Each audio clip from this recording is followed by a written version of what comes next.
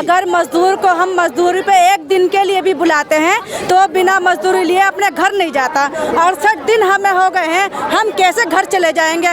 हम अपने घर से जब यहाँ निकल कर आए थे ना पहले दिन, तो हमने ये मान लिया था या तो हम मरकर शहीद होंगे या अपने घर जाएंगे तो NRC और CAA वापस करके जाएंगे। मतलब ये हमारी मजदूरी है। पूरी तैयारी से हम यहाँ बैठे हैं और हमारा अंदर हिम्मत भी है, हौसला भी है, ताकत भी है, वक्त भी है, नजाकत भी है और ये हम करके इंशाल्लाह दिखा देंगे।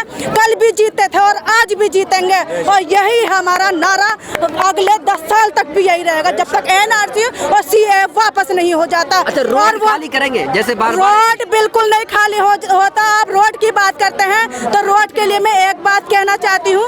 उत्तर प्रदेश में जो औरतें प्रोटेस्ट कर रही थी पार्क के अंदर, वहाँ क्या रोड था? उसको क्यों खाली कराया गया?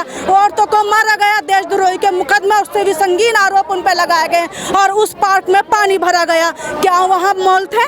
क्या वहाँ दुकानें थी? क्या था वहाँ? क्यों खाली कराया जा रहा? ये सिर्फ डरा धमका कर हमसे रोड खाली कराना चाहते हैं। अरे ये रोड किसी के बाप का नहीं है, ये सबका रोड है और इसके जितना हकदार हमें जितना और है उतना हम भी हैं। कौन हमें हटा सकता है? हम हटने वाले नहीं हैं। अरे किसी को गोलियां चलानी है तो चला दो, मैं सीना तान कर खड़ी हूँ और मैं सबसे विश्वास के साथ कहती हूँ कि कोई औरत भी यहाँ से नहीं हटेगी। और पुलिस वाले भाइयों से भी मैं कहना चाहती हूँ, अगर गृह मंत्री का आदेश आता है तो तुम्हारी माँ को, तो हमारी माँ ने तुम्हें जन्म दिया है, तुम हमारे भाई हो, पीछे से कभी वार मत करना। हम कहते हैं कि हमारे भाई को भी ऊंचा दर्जा प्राप्त हो और हमें भी शहादत की मौत मिले।